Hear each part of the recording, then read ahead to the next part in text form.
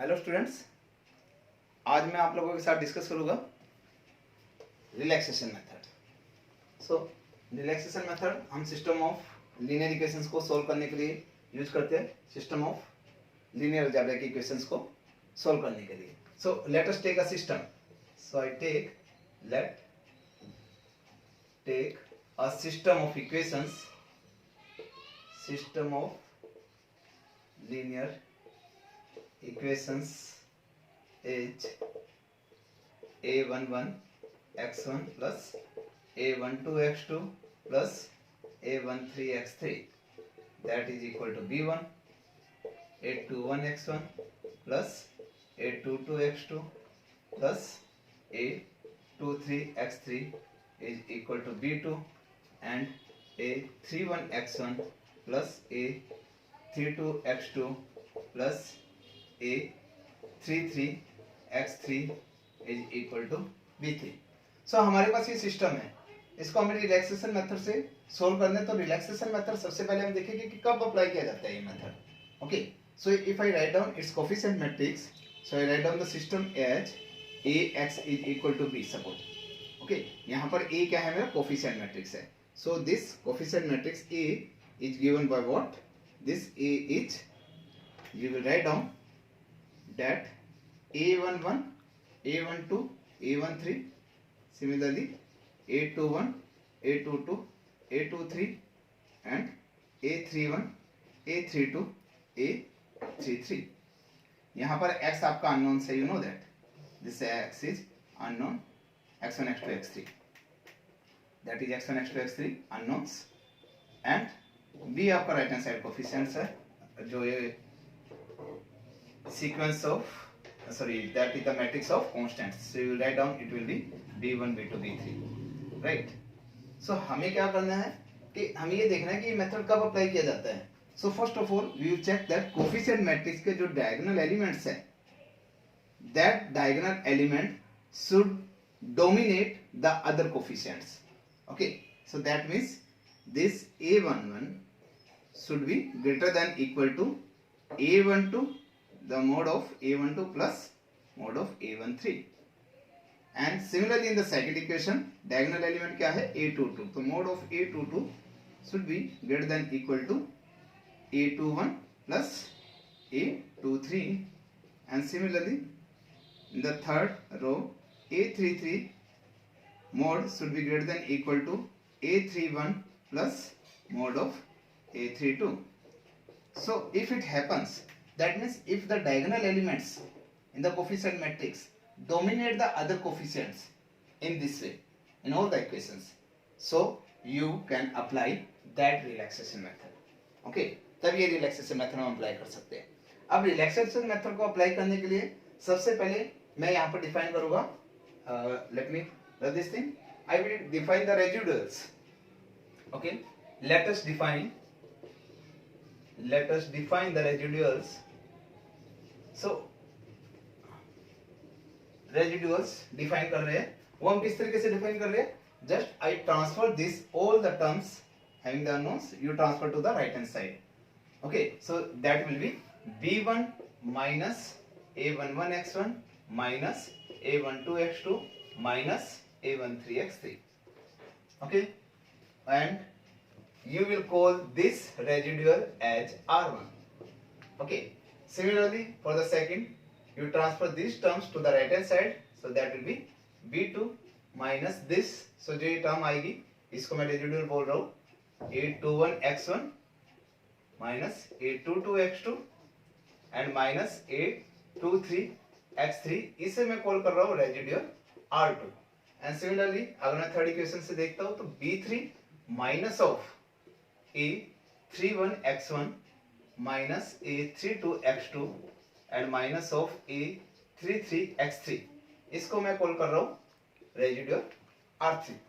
So what you have to do, main goal हमारा क्या है, जस्ट हमें इन रेजिडुअल्स को you have to decrease this residuals. Okay, in such a way that residuals should be decreases to zero.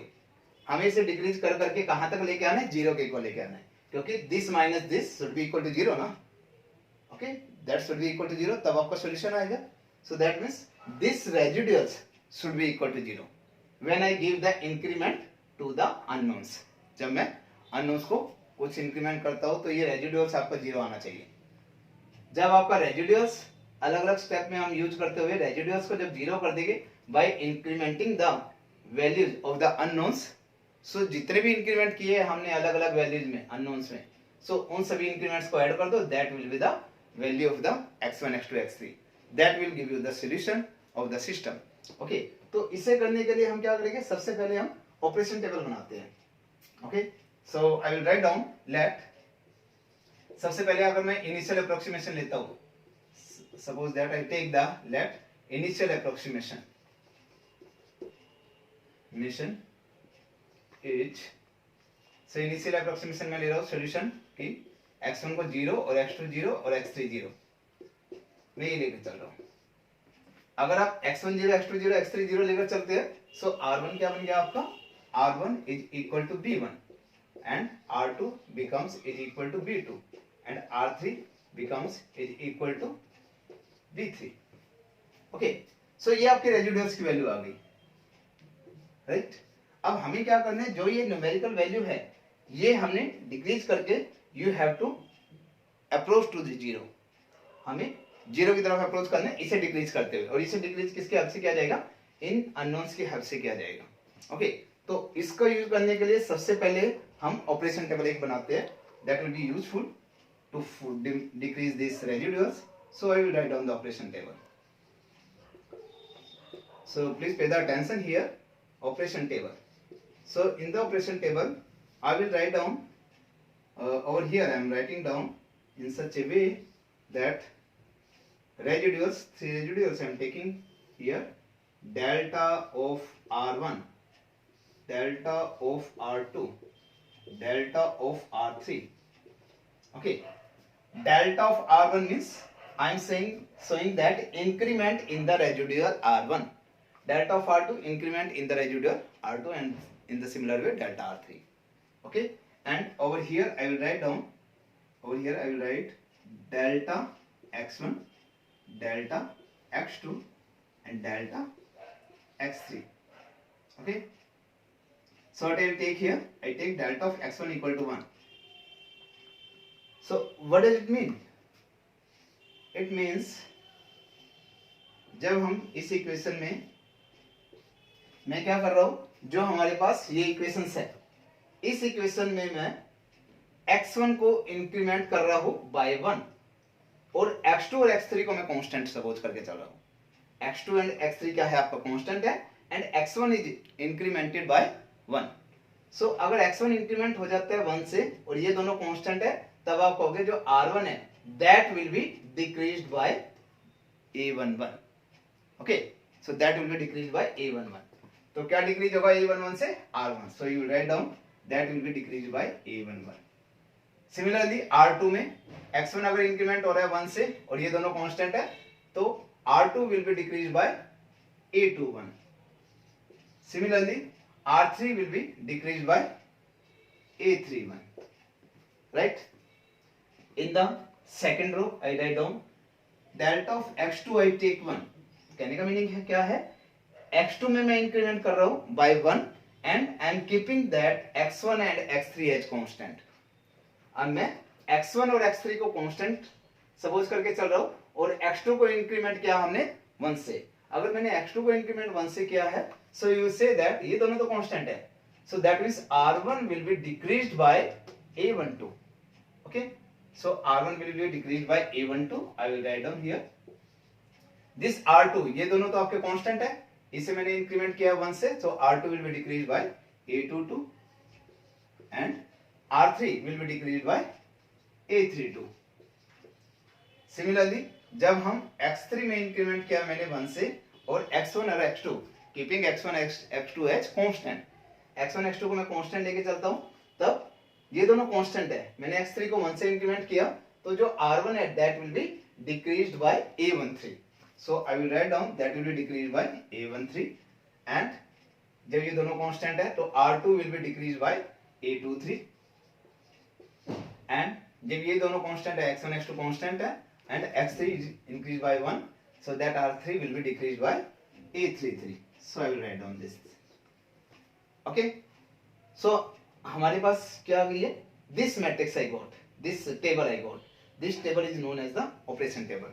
अब यहाँ पर आप ऑब्जर्व कर सकते हो, जो आपकी ये मैट्रिक्स के फॉर्म में बन रहा है, ये क्या है, आपकी जो कोफिशिएंट मैट्रिक्स है, जस्ट कोफिशिएंट मैट्रिक्स का अगर मैं ट्रांसपोज ले लेता हूं, तो आपका जो फर्स्ट कॉलम है, first column is written over here like this, this is the first column, it is written over there with negative sign.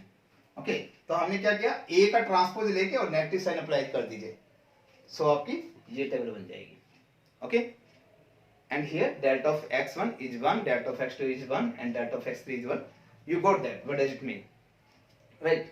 अब हम इस ऑपरेशन टेबल का यूज करते हुए अपनी रिलैक्सेशन टेबल बनाएंगे, जिसके हेल्प से हम अपने अननोन्स की वैल्यू निकालेंगे. Okay, so how to make that. अब हम रिलैक्सेशन टेबल बनाने के लिए you just pay the attention over here, let me rub this thing. So for the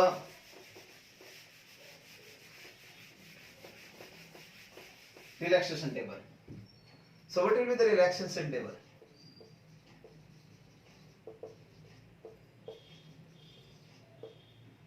So what will be the relaxation table? यहाँ पर आप क्या करोगे, रिलैक्सेशन टेबल में हमारे पास R1, R2 और R3 जो भी रेजिड्यूल्स होंगे, स्टार्टिंग में जो इनिशियल वैल्यू हमने दी है, इनिशियल अप्रोक्सीमेशन वैल्यू का यूज करके हमारे पास जो R1, R2, R3 की वैल्यू है, पहले आप वो लिखोगे. Okay, so what will be that value. तो हमने स्टार्टिंग में क्या लिया, x1 0, x2 0 and x3 0. So you write down over here x1 0, x2 0 and x3 0. Okay, जब ये तीनों की तीनों वैल्यू मैंने इनिशियल अप्रोक्सीमेशन में 0 ली है, तो हमने क्या किया है कि R1 की वैल्यू क्या है हमारे पास, B1, R2 की वैल्यू क्या है, दैट इज B2, और R3 की वैल्यू क्या है, दैट इज B3. ओके, अब इसके बाद मेन स्टेप आपने ध्यान देना है यहाँ पर. अब इन तीनों वैल्यूज को हमें पॉजिटिव और नेगेटिव जो साइन है उसका ध्यान नहीं देना है, just we will take that numerical value. Okay, without the negative and the positive sign we will use this value b1, b2 and b3 we observe. So जब इन तीनों वैल्यू में को हम ऑब्जर्व करते हैं, तो इसमें से देखेंगे जो आपकी लार्जर वैल्यू है, that value we will observe. So मान लीजिए आपकी लार्जर वैल्यू क्या है, आपकी b1, सपोज दैट कि आपकी b1 है. ओके, तो हमने क्या करना है, b1 को हमने डिक्रीज करना है. जब b1 को हमने डिक्रीज करना है, so that is r1 residual को मुझे डिक्रीज करना है. मान लीजिए मुझे डिक्रीज करना है किससे, ए से डिक्रीज करना है, इसे मुझे ए से डिक्रीज करना है. सो इसे डिक्रीज करने के लिए हम किसकी हेल्प लेंगे, ऑपरेशन टेबल की हेल्प लेंगे. R1 को डिक्रीज करना है तो हम फर्स्ट रो में जाएंगे. ओके, मुझे इससे डिक्रीज करना है ए से, तो मुझे वो टर्म मल्टीप्लाई करनी है यहां से, कि यहां से मेरे पास माइनस ए आ जाए और उसको मैं ऐड कर दूंगा इसमें. ओके, तो कहने का मीनिंग है मैं इसे किस टर्म से मल्टीप्लाई करूं, किस टर्म से मल्टीप्लाई करूं, इसे मैं a अपॉन a11 से अगर मैं मल्टीप्लाई करता हूं तो क्या आ जाएगा, माइनस ऑफ a. ओके, और उस माइनस ऑफ a को मैं इसमें ऐड कर दूंगा, तो ये r1 डिक्रीज हो जाएगा किससे, a से. Right, so you say that to decrease r1 by a we take, हम क्या इंक्रीमेंट लेंगे, हम इसे मल्टीप्लाई करेंगे रो 1 को, we multiply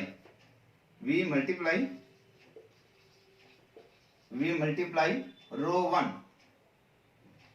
1 in operation table by a11, उससे मल्टीप्लाई करेंगे और and add in row 1 in relaxation table. Okay, relaxation table.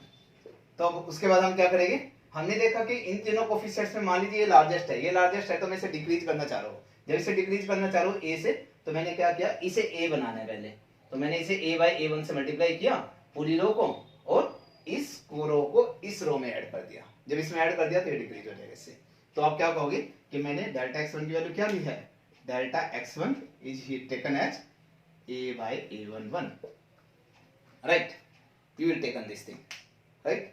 Similarly अब आपके पास तीन वैल्यूज आ जाएगी जब मैं इसे सोल्व करूंगा। तो अब इन तीनों वैल्यूज में से आपने ऑब्जर्व करनी है कि आपकी इनमें से कौन सी वैल्यू क्या है, that is the largest value. तो जो भी आपकी लार्जेस्ट वैल्यू होगी, सपोज दैट आपकी लार्जेस्ट वैल्यू ये है, जब अगर आपकी लार्जेस्ट वैल्यू ये है तो इसको मुझे डिक्रीज करना है, मुझे जीरो पे लेके जाने हैं ना रेजिडुअल्स, जब मुझे इसे डिक्रीज करना है so I will use the R2 को डिक्रीज करना है, R2 को डिक्रीज करना है तो I will use the second row. तो सेकंड रो में मैं इसको किससे मल्टीप्लाई करूं, उसे मल्टीप्लाई करने के बाद इसमें ऐड किया जाए तो वो आपका जीरो की तरफ कन्वर्ट करे, ओके, जीरो की तरफ मूव करे, ओके। सो इस तरीके से हम अगेन एंड अगेन ये स्टेप अप्लाई करते रहेंगे। फिर हम देखेंगे कि उसे किससे मल्टीप्लाई किया। मान लीजिए मैंने x2 को मल्टीप्लाई किया, x2 की कुछ वैल्यू आई तो उसके लिए हमने इसे सोल्व किया। फिर हम ऑब्जर्व करेंगे यहाँ पर जो तीन वैल्यू आई है उनमें से सबसे बड़ी वैल्यू कौन सी है, ओके। तो वो बड़ी वैल्यू को फिर दोबारा मुझे डिक्रीज करना है कि वो जीरो की तरफ कन्वर्ट करे, जीरो की तरफ मूव करे। सो कहने का मीनिंग है इस तरीके से आपके पास स्टेप्स आते रहेंगे और यहाँ से वैल्यू कम होती रहेगी, ओके, आपकी रेजिडुअल्स की R1, R2 एंड R3 की। So after some many steps you will get that कि R2, R1, R2, R3 is near about equal to 0, okay.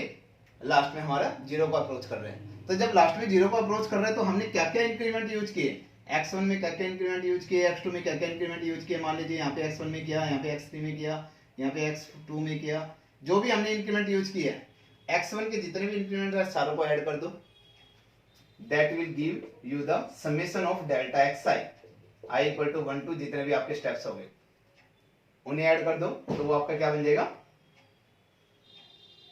x की वैल्यू आ जाएगी। सिमिलरली y के लिए क्या होगा, जितने भी इंक्रीमेंट आपके x2 के लिए ये x1 के लिए होगा। अगर x2 की वैल्यू चाहिए तो x2 की वैल्यू क्या होगी आपकी, जितने भी इंक्रीमेंट आए डेल्टा x2 के तो उन सभी को ऐड कर दो, राइट। इसमें जितने भी इंक्रीमेंट डेल्टा x1 के आया उन्हें ऐड कर दो यहाँ पर, और जितने भी इंक्रीमेंट x2 के आया उन सभी को ऐड कर दो, राइट। और x3 के लिए जितने भी इंक्रीमेंट डेल्टा x3 के आया उनको आप ऐड करते जाओ।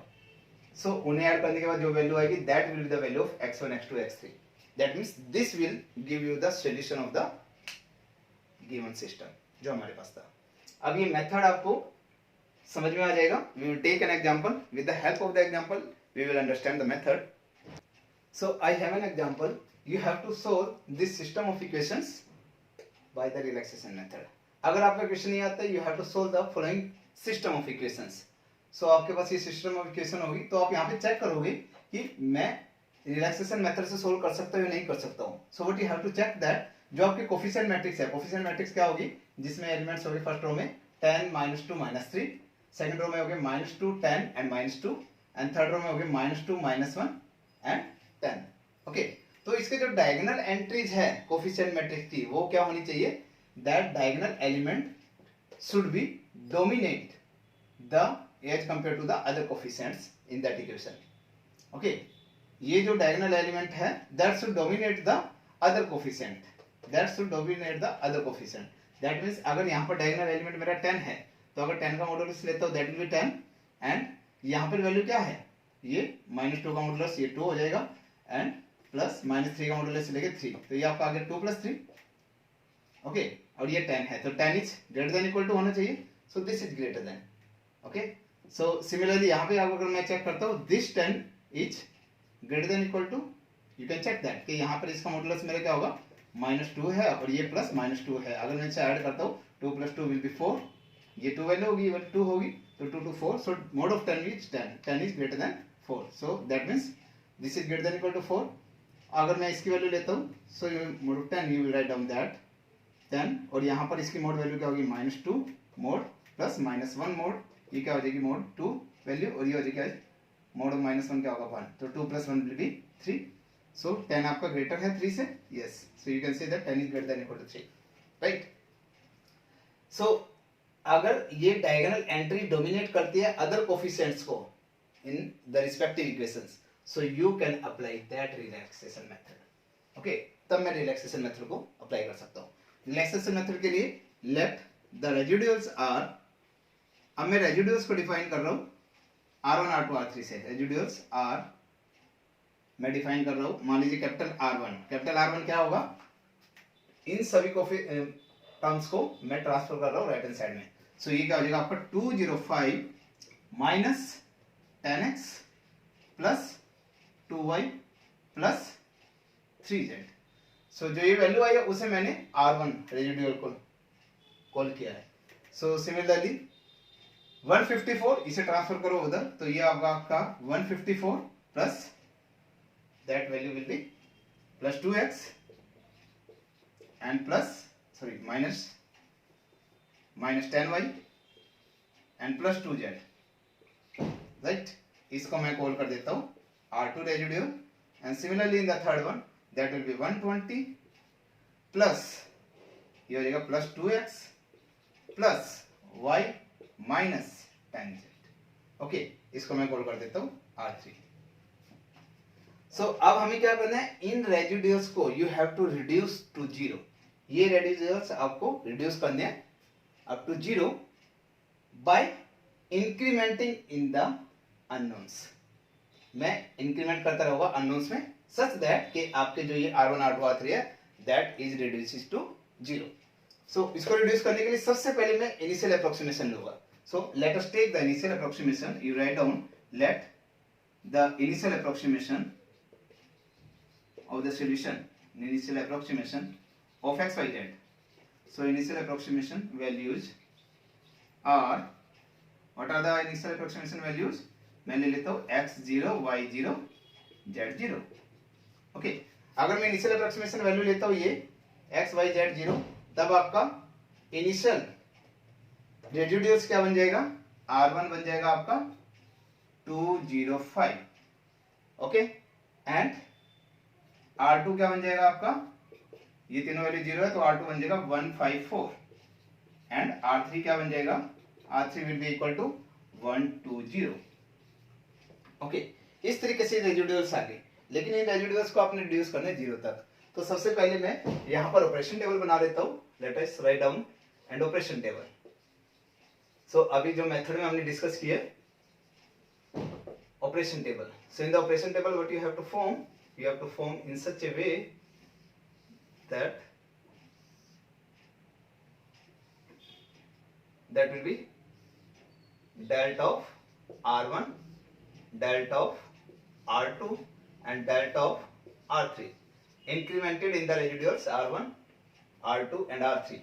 And I take in the first row, I take the increment in the first unknown as 1. x में इंक्रीमेंट 1 किया, y और z आपके कांस्टेंट्स है. जब मैं x में इंक्रीमेंट 1 किया है, y और z कांस्टेंट है, तो R1 किससे डिक्रीज हो गया, -10 से. Okay, so that will be decrease bye -10. R2 decrease हो गया 2 से और ये डिक्रीज हो गया किससे, आपका 2 से. ओके, अब अगर मैं y को इंक्रीमेंट करता हूं मैं 1 से, y को अगर मैं 1 से इंक्रीमेंट करता हूं, x और z आपका कांस्टेंट है, तो this R1 will be decreased by 2, right, -2. So you will say that it will be 2, that I will write down 2 -10 और ये किससे डिक्रीज होगा आपका 1 से. राइट, सिमिलरली अगर मैं डेल्टा ऑफ z 1 लेता हूं, तो मैंने z में इंक्रीमेंट 1 किया है, बाकी दोनों के दोनों क्या है, कांस्टेंट्स है. तो ये R1 किससे डिक्रीज होगा आपका 3 से. So you write down that will be decrease bye 3 and that by 2 and that by -10. Okay, तो कहने का मीनिंग क्या है, जस्ट हमारे पास जो ये वैल्यू थी, इस वैल्यू का हमने जो आपकी कोफिशिएंट मैट्रिक्स थी उसी का जस्ट ट्रांसपोज लेके नेगेटिव ले लिया है. तो minus of the a transpose I take. So this value will be there, -10 2 2 and this will be 2 -10 1, 2 -10 1 and this will be 3 2 10 -10 3 2 -10. Right, so you will get. Now I have to form the relaxation table by using, so I make the relaxation table. Relaxation table will be solved by using the operation table. Okay, इसका use किया जाएगा। यहाँ पर मैंने लिखा residuals R1 R2 R3। तो अगर मैं इनिशियल अप्रोक्सीमेशन वैल्यू क्या ले रहा था एक्स वाई जेड की 0 0 0, सो आई टेक दैट कि जब आपका x 0 है, y 0 है और z 0 है, तब आपके रेजिड्यूल्स क्या थे? इनिशियल रेजिड्यूल्स थे 205, okay, and what was that 154 and what else 120। अब आप ध्यान दीजिएगा कि आपके जो रेजिड्यूल्स है R1 R2 R3, this you have to reduce to 0। इसको रिड्यूस करना है एक एक करके। तो हम क्या करेंगे, सबसे आप पहले देखेंगे what is the largest value. Okay, by ignoring the sign we observe the largest value. तो आपकी लार्जेस्ट वैल्यू कौन सी है इसमें? You can observe that what is the largest value here.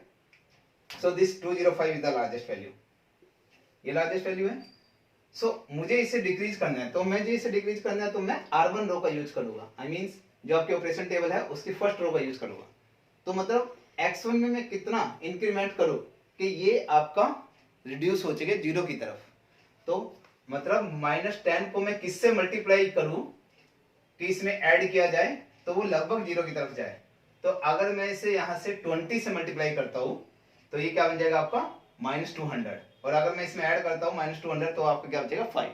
Okay, so that means मुझे इसे 20 से multiply करना पड़ेगा। तो कहने का मीनिंग है मुझे इंक्रीमेंट कितना लेना होगा डेल्टा एक्स में, मीन्स एक्स में इंक्रीमेंट कितना लेना होगा 20। तो अगर मैं एक्स में इंक्रीमेंट 20 लेता हूं तो मैं लिख दूंगा delta x equal to 20। Okay, so इसका मीनिंग क्या हुआ, इसकी फर्स्ट रो को 20 से मल्टीप्लाई किया और रिलैक्सेशन टेबल की फर्स्ट रो में ऐड कर दिया। तो करो 20 से मल्टीप्लाई -200, तो 200 को इसमें ऐड कीजिए, कितना आ जाएगा -200 ऐड करेंगे तो कितना आ जाएगा आपके पास 5। 20 से ऐड करो, 20 जब इसमें ऐड किया जाएगा तो 20 2 जा दैट विल बी 40, 40 को जब इसमें ऐड किया जाएगा तो 194, राइट।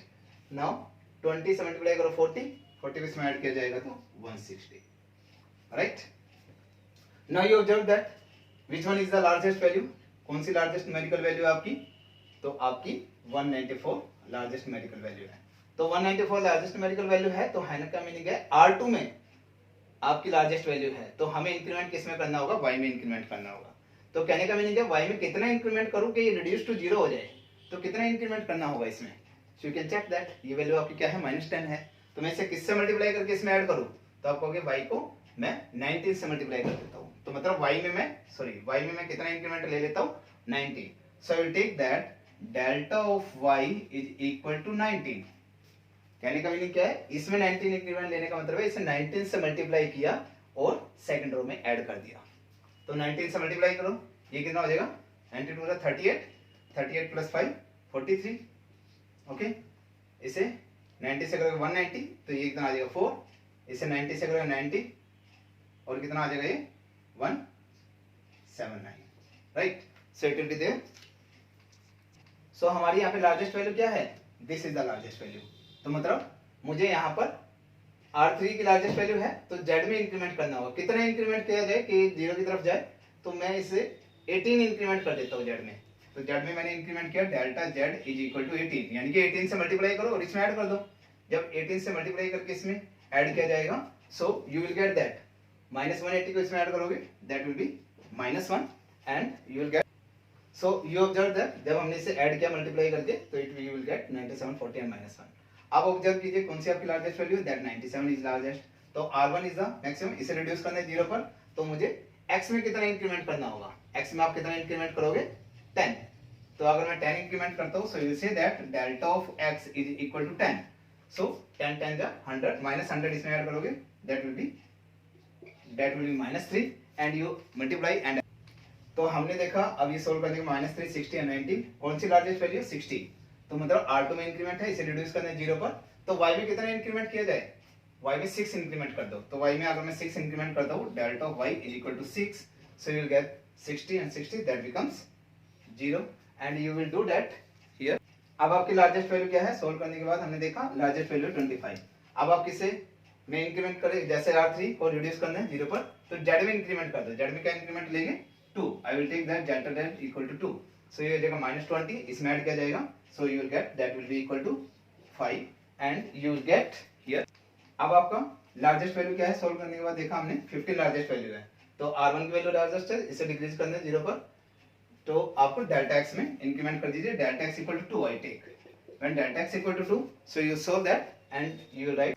सो अब हमने यहाँ पर ऑब्जर्व किया कि साइन को इग्नोर करके वैल्यू देखते हैं, लार्जेस्ट आपकी क्या है 9, तो मैं किस में इंक्रीमेंट करूंगा, R3 की वैल्यू 9 है तो मैं Z में इंक्रीज करूंगा, I will take that, Z में इंक्रीज कर दीजिए, delta of Z is equal to 1 I take, so when I take delta of Z equal to 1, सो जब हमने सॉल्व किया so I will get -2 10 and -1, so by ignoring the sign, after ignoring the sign we check that which is the largest value, 10 is the largest value, so R2 की value largest है तो हमें किस में increment करना होगा, y में increment करना है, y में कितना इंक्रीमेंट करें 1, y में अगर मैं 1 से मल्टीप्लाई करके सेकंड रो को डेल्टा y में इंक्रीमेंट किया 1, तो सेकंड रो को 1 से मल्टीप्लाई करके अगर मैं ऐड करता हूं 2 + 2 that will B 0 and -10 10 0 and that will B 0, that means जो आपके रेसिड्यूज थे R1 R2 R3 ये आपके रिड्यूस हो गए 0 पर, ये रिड्यूस 0 पर होने के लिए हमने जो जो इंक्रीमेंट यूज किए हैं उनको ऐड कर दीजिए, तो x के इंक्रीमेंट आपके पास क्या है, x के इंक्रीमेंट ये रहे आपके पास दिस, x के इंक्रीमेंट उन्हें आपस में पहले ऐड कर दीजिए, सो you will get that, so x की वैल्यू क्या होगी आपके पास, x की वैल्यू होगी आपके पास 20 plus 10 plus 2, okay that will B 32, okay similar, so y की वैल्यू क्या होगी, y के जो इंक्रीमेंट है 19 6 एंड 1 इन्हें ऐड कर दो, that will B 26 and z की वैल्यू क्या होगी, z के इंक्रीमेंट ऐड करो 18 प्लस 2 20 प्लस 1 21, ओके सो ये आपका सॉल्यूशन होगा सिस्टम का 32 26 and 21, so in this way we solve the system by using the relaxation method. Thank you very much students.